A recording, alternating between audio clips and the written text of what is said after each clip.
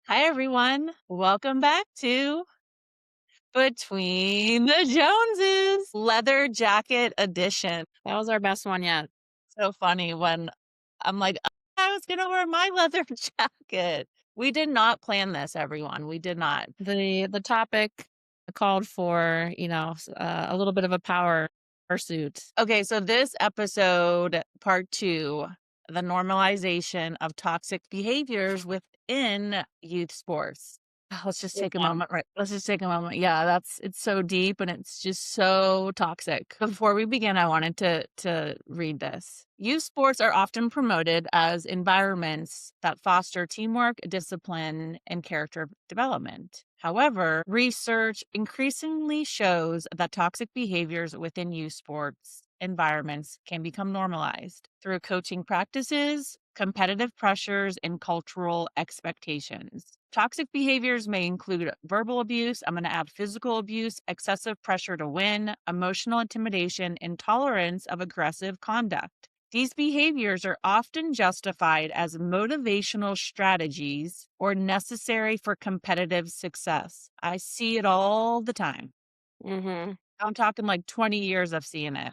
When Same. such behaviors become normalized, they can negatively impact young athletes' mental health, their mental health, their self esteem, and long term participation in sports. Truth. I mean, that affected my career as a competitive athlete. Yeah, I mean, I think for me, I started realizing some toxic behaviors from coaches Mhm. in high school. Oh I think gosh. that's where it started for me. I would even say middle school, yeah, middle school, my middle school basketball coach. Yeah, that's true. Who'd we have? Mr. Dana, our basketball coach. He yelled a lot. And he also played favorites too, which I just does not align with my coaching approach, like, at I all. had I had Mr. Calhoun, and I just remember so I used to foul out a lot in basketball. Spoiler alert. Obviously, I know where the anger came from, but anyway, I used to get fouled out a lot, and I really don't remember. I blocked out a lot of things, but something happened. I just remember him like screaming at me. He ended up apologizing, Mm. but I just remember the yelling and screaming from basketball. Mhm. And again, as a kid, when I was like 13, 14, Right. I don't wanna say being confused at this point because of our childhood, so it was kind of normalized, like, that yelling and screaming behavior, but as far as toxic, that started around middle school. Yeah. So for you too, Mr. Dana? Would say, yeah, middle school and school sports and the school sports, yeah. Trying to think what else because we were swimming, but, I mean, Mr. O and Carlos, I always felt like they No, I was telling you, like, I have been reflecting a lot about have we had any positive Mhm, coaches? And absolutely, like Carlo and Terry, Mr. O, like they stand out. Uh, they're definitely top 1 and 2. yeah. They made it fun. I mean, I don't remember Carlo, like, ever yelling, ever. Yeah, so it's good to at least acknowledge that there are some gyms and there are some teams and spaces where the positive You can outweighs. find them. Yeah, Yes, they are hard to come by. And it's so sad to say that, and I'm laughing about it, but they are, like, good coaches that care about your kid.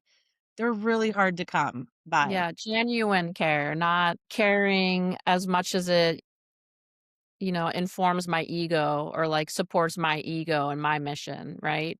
Yes, like, what's your hidden agenda? Mhm. Man, they're just hard to find. So let's just start well, let me just say this, there is obviously a lot of supporting research. I found these 2. Research in sports psychology shows that negative coaching behaviors are associated with increased anxiety and decreased enjoyment in youth athletes. It's like, obviously. And then studies indicate that emotionally abusive coaching behaviors are more common than many organizations acknowledge. And it's crazy that we allow it. Knowing what we know, we still allow it to happen to children. And that's why going back to one of our first episodes where I do like the parents to be in the gym. because that's where a lot of that abuse starts happening, and then it just Right. conditions the kid, the athlete, to act that way when games come. Mhm. Towards their teammates, I've seen. Yeah, they just kinda transfer that kind of learned behavior. Yeah. Okay, so did you wanna add anything before we get into the forms of toxic behavior in youth sports? Well, the only thing I just wanted to say is just because we've allowed an environment for it to thrive and exist. But this has been going on, I feel like, for a long time. It's not just like this new thing that's evolved. Right.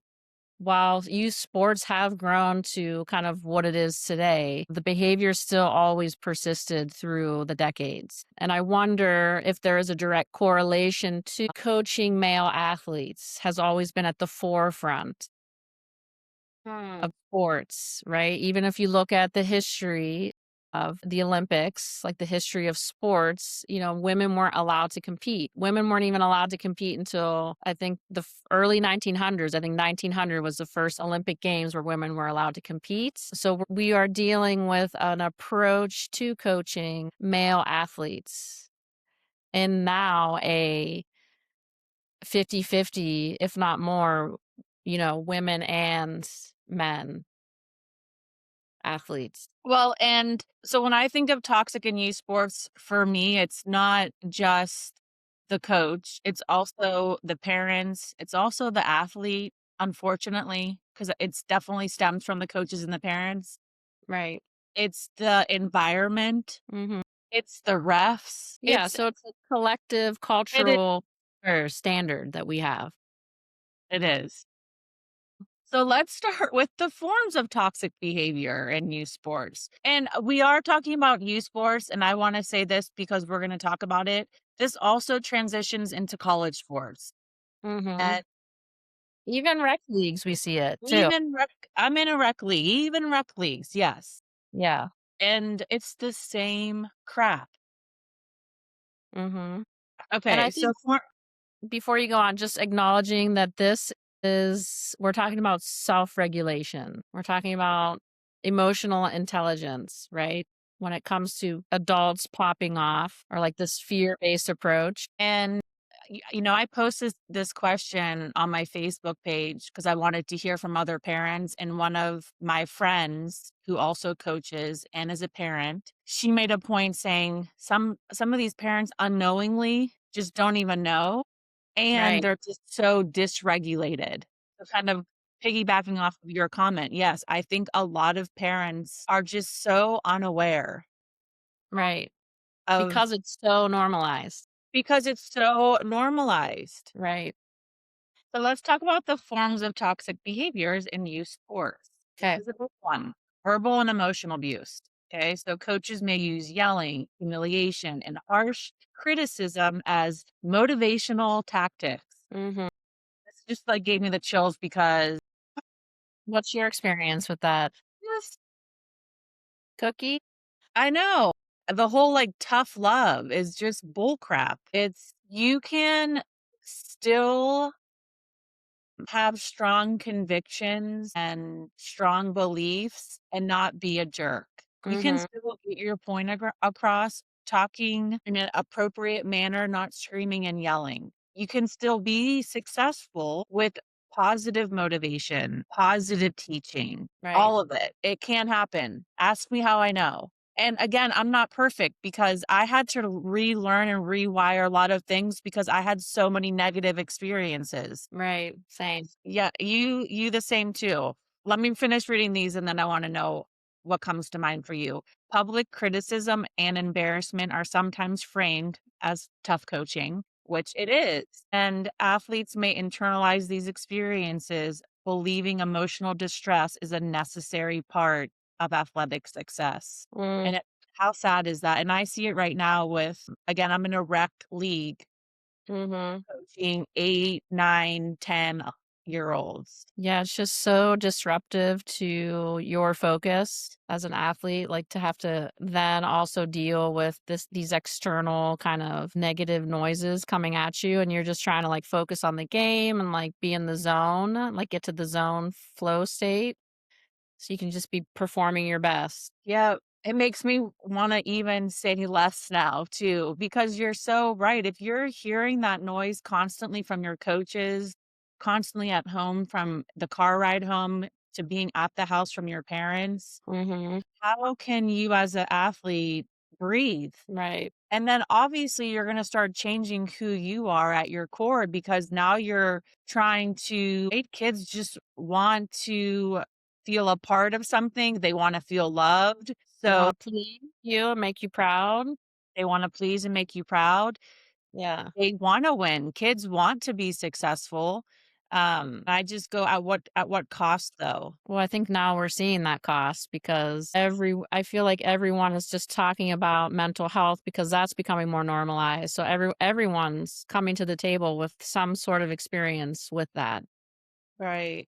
Athletes and even non-athletes, like, when you posted your question, people's experiences, we have just spectators looking at other people's behavior. You know, us having to witness other parents, like, ridiculing their children or talking down to them in a public setting. So this isn't something like you have to be an athlete to, like, understand this. Yeah, and I know we're gonna come to, like, the how can we start changing it. A big Mhm, one for me is parents sticking up for I mean, it happened recently, I told you about the guy who, like, screamed at my girl.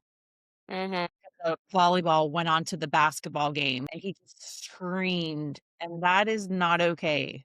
So I think just parents and coaches sticking up for what is the right thing to do and really how to act at the end of the day. Right. Calling like, in that example, it's like, how do you call him out without yelling back too? Right. Because, like, if you're yelling back, you're just getting sucked into that way of communicating, Energy.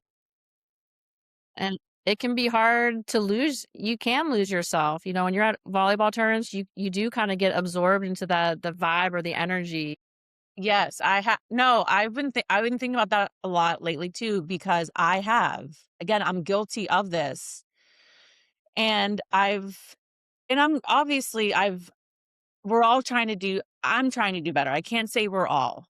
I'm very more self-aware now that I'm 44 than I was in my 20s or even when I was in my teenage years coaching. And how I feel when I leave, even to this day when I leave, like I don't like the feeling because it is such an environment and I'm sure people can relate to this. Like when Yeah, you like leave the door where you like don't even want to talk sometimes in the car because you're like decompressing from all of the energy from the refs to people yelling at the refs, to the line judges, to the scoreboard, to the coaches screaming, to the athletes talking trash, to the right. parent. Someone just told me it happened. Actually, let me read this because this is relevant. Her son plays for a select soccer program. And so Mhm. he's 10 and he travels. In Texas? This is in Texas. This just happened. This is on the youth soccer in North Texas. And this person wrote, when did it become normal for parents to start fights at a U10 soccer game? While we were warming up for a game, we witnessed an unfortunate situation where a mom, I won't tell the team, a mom from this team and another mom, I think, from another team had to get pulled apart after shoving and cursing each other out. Let's try to remember that we're here for the kiddos and not for our own ego. Please act your age. I mean, didn't Prince say it best? Act your age, not your shoe size. Did Prince say that? I think he did in his song. Coaches and clubs, when will we hold these kind of parents accountable? And Well, touche. maybe shouldn't her identity anonymous. Mm. Like, maybe and that's where, like, these actionable steps, like, what can we do? Should we call people out, like, the way we do sometimes with celebrities on the internet, you know? I think Or is there we have to respect a boundary there, you know? I know, because a lot of parents would say, "Well, that's their child, and so you have to respect that dynamic," and I think that again, I think there's a fine line. Yeah, yeah, and then but then my I would be like, "Then don't let's not use, like, 'it takes a village' quote if no one's gonna be, like, stepping in on these children's behalf or, like, stepping in on another parent's behalf to help them kinda self-regulate," Right, you know? right. Yeah. Yeah, but and I was so happy to see everyone who commented on your post because a lot of what I was saw was, again, demeaning to children, but then also, like, coach to coach interactions are not cordial. Like, that to me is like I that's like we're colleagues essentially. And But this was even like that all sports. This wasn't one sport in particular, right, which again, for me, it's like even it's not more alarming. It just goes to show the depth of how toxic youth sports are. right. So again, the research shows emotional abuse in sport has been linked to lower self-esteem, increased stress, and athlete burnout. And I even put this, it's no wonder the average burnout rate for athletes is 12 to 16. I mean, 12 and you don't want like that's just again really sad to me. Yeah. Youth Maybe we athletes, lasted longer because we started so late. Well, well, yes, and we started early with swimming, but, like, as far as volleyball goes, we started late. we did, and it just it was different. I think it was different. It's not like how it is right now. We didn't even have rally scoring back then, and we didn't even have net serves, you know? Like a let serve. No, we didn't. We had like legit the old school rules. I'll finish this. Youth athletes often perceive these behaviors as normal because they are widely accepted within competitive sports environments. And Between that's the what I'm adults. saying. My last club year coaching, I coached an 18 open team, and the girl said to me, "Can you please yell at me?" And I just like my heart dropped. I'm like, "Oh my goodness." And this is it. She was probably coach probably started yelling at her at 12. She Yeah. started getting used to it, thinking that was the normal because they had some success. And then here she is at 18, needing me to yell at her to perform. Mhm. I mean, I'm like, does anyone else see how crazy this is? Yes, I do. My goodness. Okay, so verbal and emotional abuse. I've seen it as an athlete. I had it. I had verbal and emotional abuse. I've seen it as a coach around me. I've seen the verbal and emotional abuse. And I've seen it as a parent going to these tournaments. I've seen it Yeah. as a coach too. Did I say that? So Yeah. I've seen it at You said it. I've seen it at every stage. Every role, yeah. Yeah, at the verbal and emotional abuse. Same. Yep. Okay. So excessive emphasis on winning. Competitive success often becomes the primary goal of youth sports programs. Athletes may experience pressure to prioritize performance over enjoyment or personal development. That's a big one.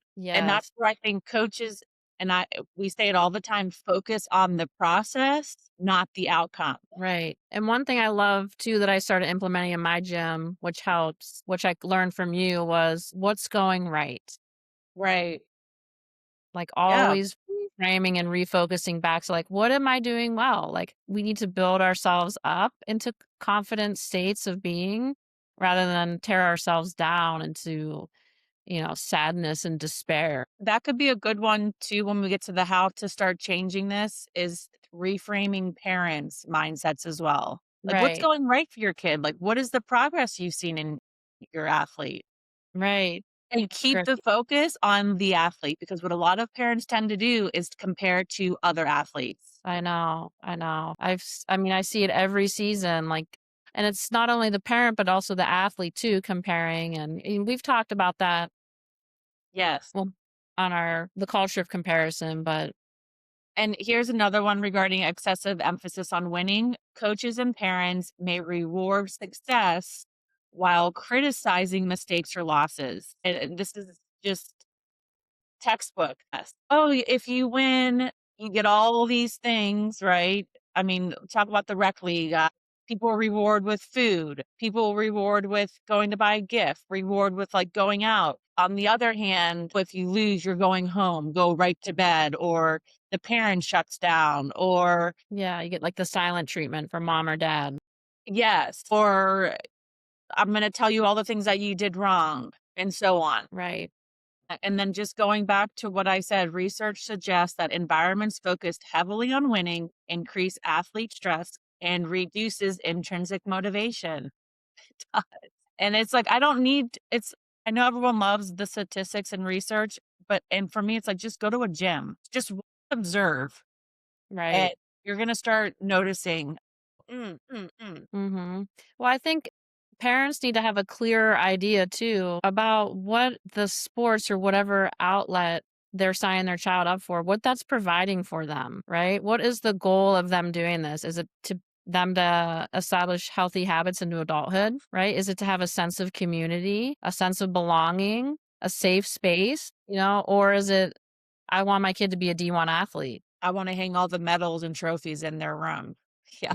Yeah, and then that's an I statement, which comes back again to the ego. So I think that's really what we're dealing with is people whose ego is kind of permeating and bleeding into these environments where children are just trying to learn, have fun, grow, Yeah, develop.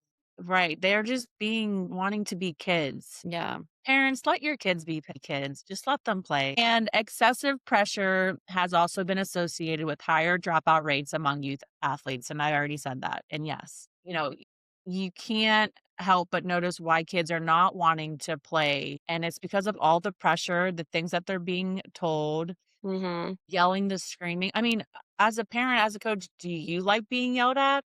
So if you Right. don't like being yelled at as an adult, why do you think a child would like to be yelled at? They don't. Mhm. It's really scary. Did you feel pressure growing up as an athlete? Because I didn't. I don't think I felt that kind of pressure. Never forget this. When I was heavily with swimming, it was during the summer. I broke the record. I think it was 50, the 50-meter breaststroke. I broke the record. I get into the car and mom goes, "I think you could have gone faster." And I think, I don't know, subconsciously, consciously, that, like, just right then and there, the whole, like, I'm not enough, like, or I have to always be better, Hmm. even though I had just broken the record. And, we were the best. I don't know. What was your question? Did you feel that pressure, like, to I think succeed? I think as much as I don't think she should have said that, I think that was not great, like, that right there, like, it should have been like, "Great job, I'm really proud of you." I go back to, again, this is my personal experience, because I was so misunderstood and awkward and just a really angry, but I was also very shy too, I was just a really confused kid. I put a lot of pressure just with myself of wanting to be successful in sports because I was good at it and because I loved sports. There was Mm, a time I really loved swimming. There was a time I really loved track and field, gymnastics, and just ultimately I fell in love with volleyball. So yeah, yes, I think a lot of it though, again, I never had somebody say you have to go to practice. I was wanting to be there. I didn't go to my prom.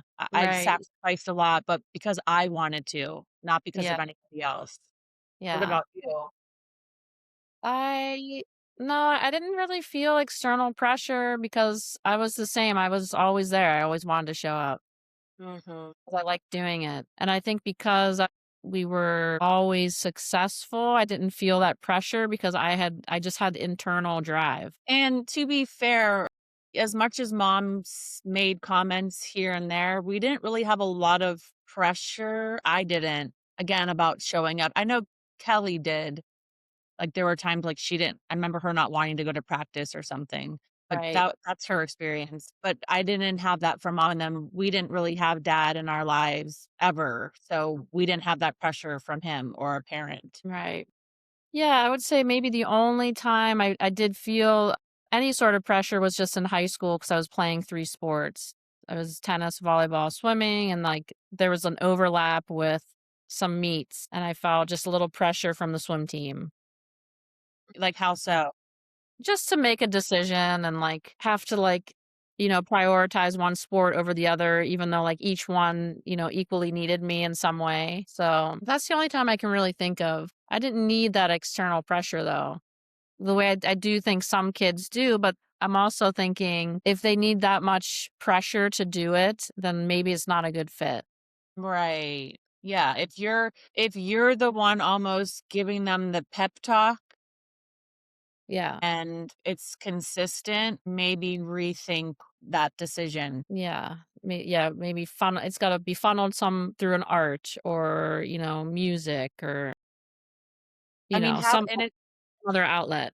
And it's okay to have I think having check-ins more is also another way, again, going back to, like, how do we normalize it? Just have some check-ins. Like, "Hey, Yeah, how are you liking volleyball right now?" right. Okay. The only thing I was gonna say about the pressure, but this is gonna be a whole different episode, is in college when my coaches were like, "You need to fix your attitude." And it's like, that was a lot of pressure because was, like, threatened, if you don't do this, this is gonna happen." And for Mhm. me, 'cause I didn't know how to it's like I said this before, I never went into it being like, "I'm gonna be angry and have an attitude problem." That's not in anybody's mindset. But Right, we learn things and we deal things, and for me, it was through my trauma and pain, that's how it came out, and right, so I started feeling that pressure because my coaches wanted me just to flip the switch and change it. I had no idea how to change it. right.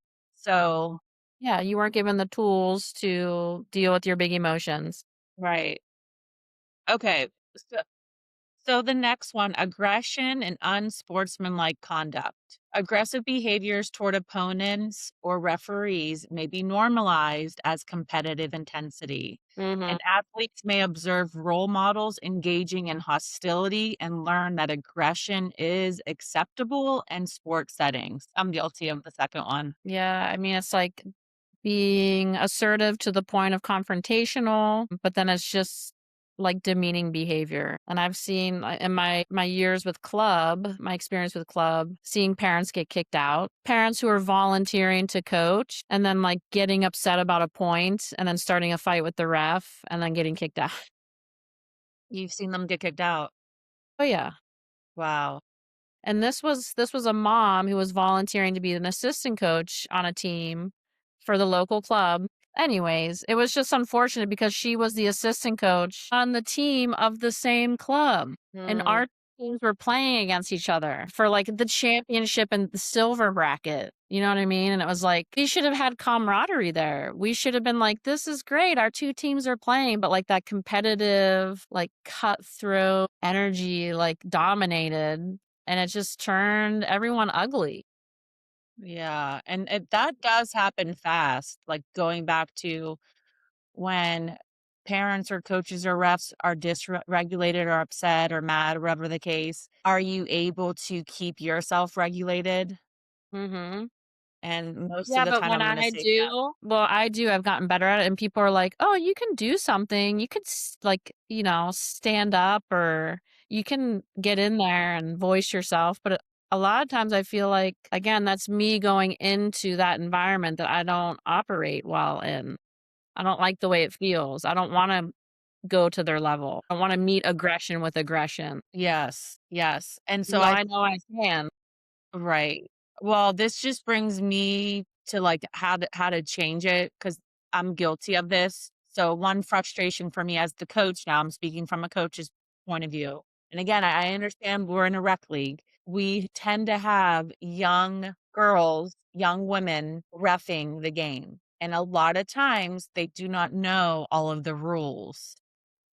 So Yeah. this happened she made a call that just wasn't the correct call, and again, I'm on this side, right? The refs are on the other side in this particular game, and you do have to scream, you have to be louder for them to hear you. She didn't she didn't care what I had to say, bottom line. Yeah. I think how to change that though, and I need to do a better job. Wait till after the game if I have time. Sometimes I just need to get out of there and, like, because I have something else. But go up Right. to her and explain to her, like, "Hey, this is actually the rule." Right.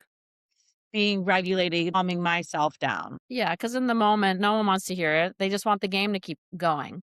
And, college, you get again, I'm speaking just on volleyball, you are able to challenge a call. You're not able to do that for a rec league. So but just going back to having some sort of etiquette, having some couth can go a long way. Research here. Exposure to aggressive sports environments can contribute to the development of aggressive behavioral patterns in young athletes. Authority figures tolerate aggressive conduct. Athletes may adopt similar attitudes. Yeah. And again, We've Obviously. experienced that firsthand. Yes. Monkey see, monkey do. Hey, yeah, Prince said that. I wanna roll. I'm just kidding. Oh god. Okay, moving on. Peer toxicity and bullying. Hazing rituals and peer bullying may occur, that's a fun word, may occur within team environments. Hierarchies among teammates may reinforce exclusion or intimidation, and Yeah. younger athletes may feel pressure to conform in order to maintain team acceptance. Yeah, that's real. I see that with, a couple of the girls on a couple of my club teams this season. And I don't think that the girls are trying to exclude them purposefully. It's just there are like certain dynamics that do evolve and happen naturally. But coaches again kind of being aware of that, seeing that, stepping in, advocating on behalf of whoever might be unintentionally excluded. So it doesn't snowball to something that is Catastrophic. yeah, that we can't come back from, essentially. And it's not always gonna be a quick change. Mhm. Sometimes it's gonna take time and more educating, more talking, different activities. It does take time to change behaviors, but the more you let it go, going back to why we're seeing so many toxic behaviors, the more you let it go, the more normalized they become. And allowing time for that dialogue, because I think that's one thing that we could do better at, and I'm trying to do better at, is allowing space for dialogue around processing all that's happening. Mhm. Because it can take weeks to process a tournament, Yeah. or like weeks to process just a simple interaction between you and a teammate at practice or whatever. So I do I really value that, just having that open communication, because I wanna normalize talking about things that might feel a little uncomfortable. And that talking may be frustration, angry, like, you're allowed to have feelings. That's a huge part of this. It's how you deliver that message, though. Right, How are you conducting yourself when you are that intense or have those strong emotions? right, That's the thing that is what we need to change in youth sports. right. We're on so normalized. Mhm. Because I do think there is value if you can do it in a calm, kinda self-regulated way. There is value to allowing space for that processing to happen in real time, Right. right? Yes, I agree. So again, research says team environments with poor supervision are Mhm, associated with higher levels of peer aggression and bullying behaviors. So it is really important for the coach, even the parent. If the parent sees something, speak up mhm. about it. Toxic behaviors, influence of authority figures, ooh, coaches, parents, organizational and cultural factors. That's where it starts. It starts from the top down. So I would say, as a parent looking into new rec leagues, clubs, meet the director. I think that Right? go to who's in charge, try to get a feel for them, have a conversation with them. That's something I wish I would have done with River when she was starting out in club that I didn't do. That in hindsight, that was a disservice to her. Like really vetting who you're allowing your child to be around in kind of these intimate settings. Mhm. Being one on one with a team on the court, that's like a special place. That kind of that team dynamic and that space on the court, and it can really influence a child's life. Yes. So know if you're with an organization, know who the owner, the director is. This is Mhm. now getting into the how, but let's still keep it on the toxic. Coaches, Yes. parents, because directors, there's a lot of toxic individuals in that space. Mhm. So, and it's such a disservice. It, I say this all the time. That's like one of the reasons why I left the sports space for what, a couple years, because it's Well, just it's not even why I left. fun. It's like such a Yeah, that's why I left collegiate, because it was breaking me down in ways that were so damaging to my confidence that I just felt like it wasn't worth it. right, right. Like that abuse I was subject to. Yeah, and we'll definitely get into a college edition because same here. Like I was at my lowest in college, like really dark place. So just we're just acknowledging You can we open have this. allowed coaches and parents and directors and owners to act extremely inappropriate Mhm. at the cost of a win Oh, yeah. or at the cost of the point. Winning at all costs, man, that is a dangerous place to operate from It really is. It really is. because it's just so imbalanced to the way a life actually works. You don't approach life after you sports like must win at all costs. Like you would never get out of bed. And I think that was like one point that you brought up, like this winning at all costs kind of vibe. That's what we're stepping into when we go into tournaments. Mhm. That like any youth sport, like Well, and so I have to make a decision to if I'm gonna head coach a 10U team this coming club season. And I'm honestly gearing more towards I'm just no, because I understand parents to a certain extent. I understand the parents, one of their arguments is I'm paying all of this money. right. Okay. Again, though, are you paying all of this money for wins? Because if that is your end goal, that is something to reconsider. Right. And you're not paying all this money, you're investing in the development, the healthy development of your child. Right.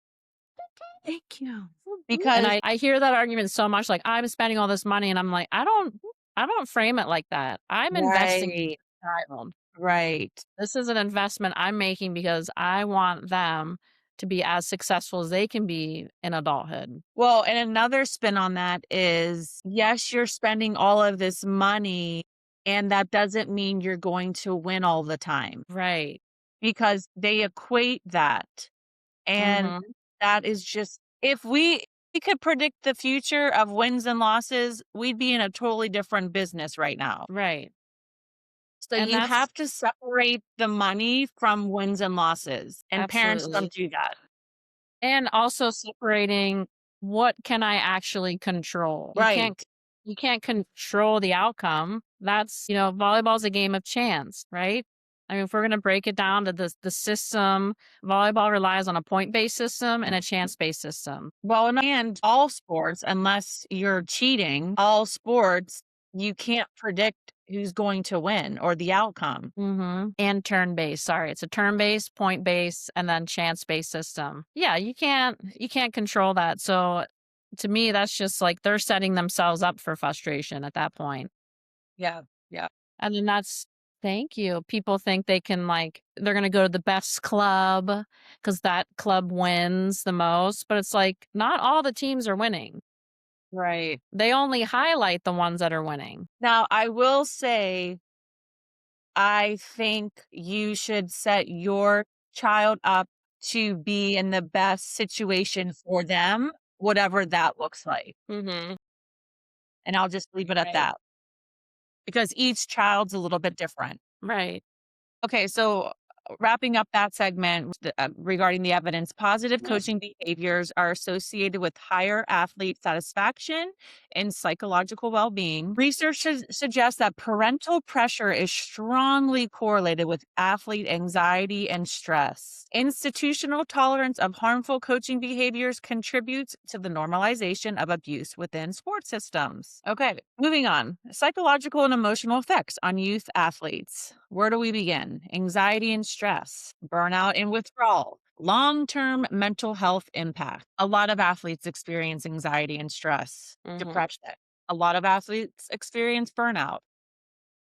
And moving down when they're adults, many of them that are exposed to toxic environments have self esteem, emotional regulation, and just mental health issues later in life. And that's just a fact. Yeah. The numbers don't lie. Do we need to talk about why toxic behaviors become normalized? I think we've kinda I'll answered just give that. the bullet points.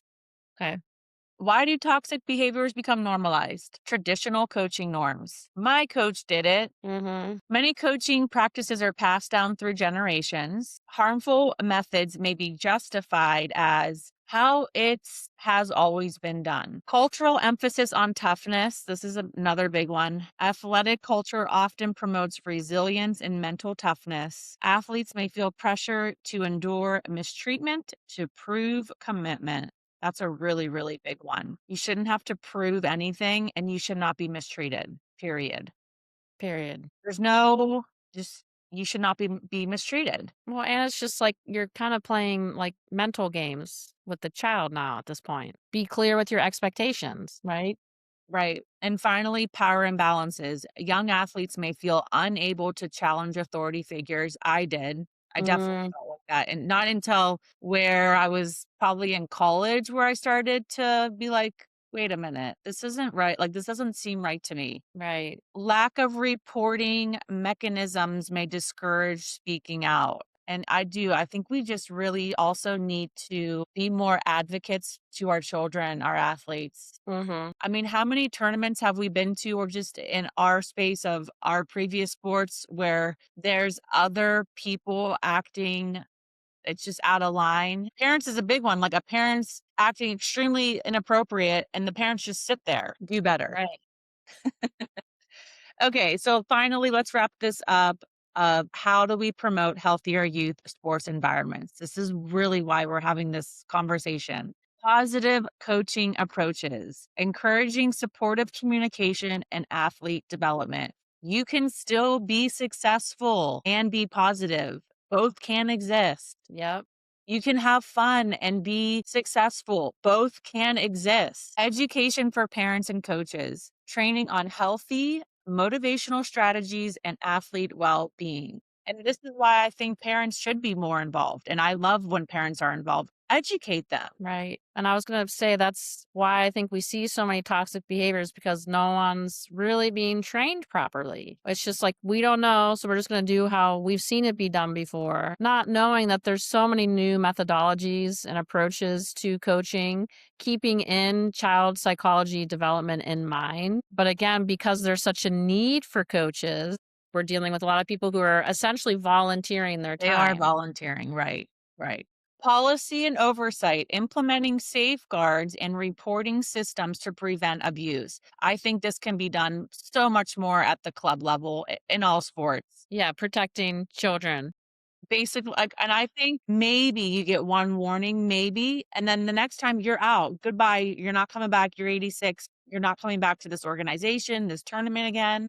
I think we need to be stricter I agree. because we know how detrimental it is psychologically, mentally, physically. Physically, you shut down. I mean, it goes across the whole board. And that's tough because that's a skill and I'm trying to get better at that.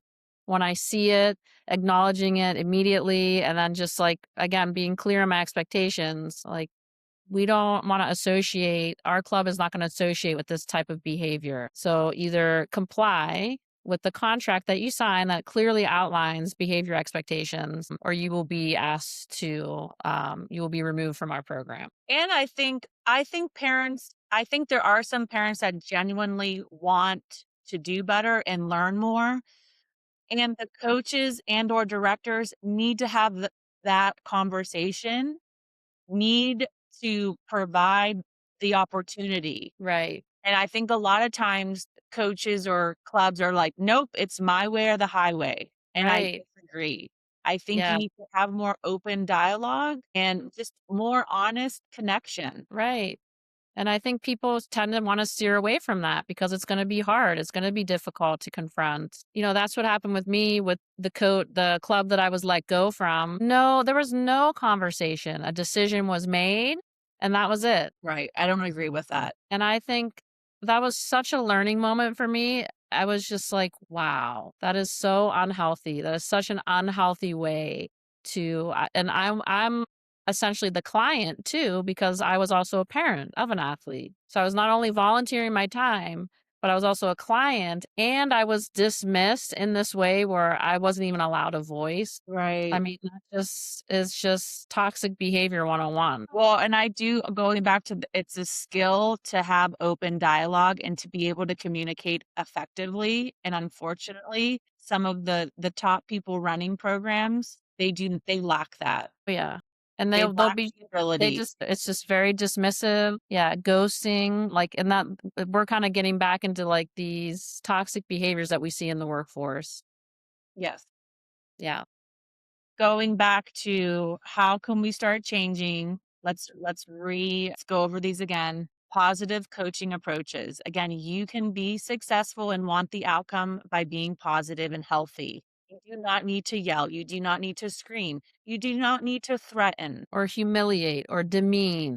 That's right. You do not need to show physical abuse. You do not need to show verbal or emotional abuse. Education for parents and coaches. Directors, coaches have the ability or learn the ability to have more communication with your parents. Directors have more open and conversations with your coaches. Right. And it's okay if you disagree. If you have rules in place, share the why and allow that parent or coach to also feel and have their input.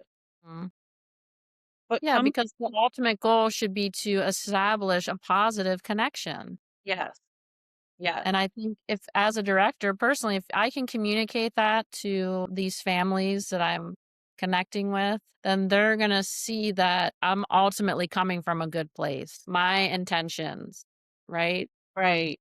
Yes, and so going back, your dialogue, your verbiage is everything. How you initiate those conversations, how you talk to your parents. I know a big one for me, I try to get the parents involved or like, "Hey, I'm doing this weekend," or "This is our goal going into tournament. I'd love your support." Right. And I think really having the focus on we're in this together because we are. Because you are their parent, I am their coach, we have our directors, organizations, we are all in this together. Right. And also, I would like to say, even though I'm using my own experience, even though I'm providing a service, right? I'm essentially providing the service. That doesn't mean that I can just have like this authority now, Right, completely shut people out or like not have right, access to me. right. That doesn't, Again, it's not, ego driven yeah, it's not like this untouchable thing. It's like I want to have community. I want to have connection and conversation. and no one's perfect. And We're no one's not. perfect. No one's No, perfect. Okay, so also the policy and oversight, right? Like implementing those safeguards and being open to changing those. Maybe they can change. absolutely. And I love that. Like assessing, being like, maybe that didn't work. I'm going to change things. And that's okay. My first attempt was wrong. My second attempt was maybe not so great. So now I'm going to do a third attempt and let's see. Right. And this also can go with how rules and tournaments or how the practices go. Like, be okay changing, Yeah. assess, reassess, grow. Moving out of a fixed mindset. That's right. It doesn't, yeah, just because it was like that 20 years ago, it's okay to change. It's okay to have a growth mindset. That's a really good way of putting it, Casey. And then lastly, emphasizing athlete development, prioritizing personal growth, enjoyment, and psychological safety over winning. Did everyone hear that? Personal growth. So staying focused on your child and your child only, not comparing to another athlete, not comparing to another sibling, but keeping it on your kiddo. Enjoyment. They have to have fun. They have to, or they will get burned out and or they will stop liking what they're doing. Yeah. The effort won't be intrinsically driven. It will not be. And then finally, psychological safety over winning. And this one is probably the hardest one because so many athletes unfortunately stay silent. They feel like they don't have anyone that understands them or they can turn to. And so they end up holding it inside, which just leads to other negative, destructive habits. Yeah. And I like to always think like I don't really like yeah, we won when we were kids, but like looking back, I don't remember like that one time, like all the wins, you know what I mean? Like Yeah. I focus on like kind of some of the harmful things that happened rather than like all the successes. Right. Same here. Yeah. I mean, Well, there then were a couple like highlights, but there were a lot of just way too much negative and dark and destructive mhm. things that happened. And And I in like my how you opinion, phrase that. been. It just I don't like the whole, "Well, it made me who I am today," but then I'm like, "Or what if though I was around, like, really positive and healthy people? I could have been in a totally better place than I am now," you know? So I don't that argument for me is a tough one. Right. Well, in conclusion, toxic behaviors within youth sports can become normalized and are through cultural expectations, authority structures, and competitive pressures. These behaviors may negatively impact young athletes' mental health and long term engagement in sports. Creating healthier sports environments requires increased awareness, education, and organizational accountability to ensure that youth sports fulfill their intended developmental purpose. Know who your coach is. Yeah. Go watch her practice, see how they act. See how they act when things get tough. Mhm. See how they interact with your kid. See how if they're talking about other people. Ooh, that's a huge indicator. When people come to me, like, gossiping now I've learned. I'm like, Get to "Oh, know okay, your you're parents. that type of parent." Yeah, get to know your parents. Maybe have a parent night out where you're talking about motivation. Maybe that's a topic you're teaching them. Get them involved. What are you doing at tournaments? How are you going to be different at a tournament if you see a parent screaming? Are you going to maybe step in next time? Can you stay regulated? Maybe you have to remove yourself altogether. Get your athlete away from that environment Right. and be okay and be strong and know your convictions and be okay to walk away. Stand up for yourself. And it can be done in a being regulated. It can be done. It's hard. I'm still a work in progress too, but you can regulate and stand up for what you believe Absolutely. in youth sports. All right. That was a We really need great you discussion parents, today. Yeah, we need you. We need you. everyone. It's too toxic. Yeah. But, like, also, it's like, yes, for my individual child, but also for all children. All children, yeah. You know, it's like no one, and you said this last episode, like, no one wakes up like, "Yeah, I wanna lose today," or, "I'm gonna go make a bunch of mistakes." Right. And so that whole, like, win at all costs, man, that hits deep because that's what we focus on so much now in youth sports. Yes, we do. Winning at all costs, and it's at the cost of everything, I feel like. All the things that we should be protecting. And I'll agreed. And I think parents, if you can speak up more and be self-aware and self-reflect on how you can act, Right. you'll start when you start growing, you'll start because it sadly to say this, the healthy environment is here compared to the huge toxic environment. But we need more of this. We need more of going to the other side, the light. Yeah, and I will say that because 'cause we're talking about, like, what you can do, a lot of times that's gonna feel scary. Right. It's gonna feel risky, like, "Oh, I'm gonna I'm gonna stand up for this kid, but then the spotlight's gonna be on me, and everyone's gonna be looking at me," and I think that that's normal, and that we have to kinda work through, again, the kind of these uncomfortable moments, even if it's to be on the right side of creating the culture we wanna see. Right. 'Cause you are putting yourself in a vulnerable state to put yourself out there, to have to self-regulate and also confront the behavior. It is risky, you know, and that's, I think I would encourage people to, like, really step into, like, their leadership role in those moments. And Be a lead. I'll even go further. I'd love to see more athletes sticking up for themselves Yeah. and building that confidence and trust from them to be able to go to a parent or a coach and to advocate for themselves Yeah, I love as that. well. And athletes should know that they do have that power to advocate on for their for themselves, on their behalf. Unless it's become normalized where they have just basically silenced themselves. And just in conclusion, that's true because you might be conditioned to stay silent and Yes. think, "I'm not even allowed to have a voice." Yes. We want But you to have a voice. and then that right there should be telling, like, maybe I'm not in the right environment. Yes. 1,000%. If I can't even feel comfortable enough to, like, voice my big feelings, then this probably isn't a good fit for me. And we didn't even talk about the money aspect of youth sports and how toxic that's become, but that'll be another time. All right. Thank you so much, Jess. Thank you everyone for joining us today. Don't forget to like and subscribe. Have fun with that leather jacket later. Get on my bicycle. All right, I love you. All right, love you too. Bye. Bye.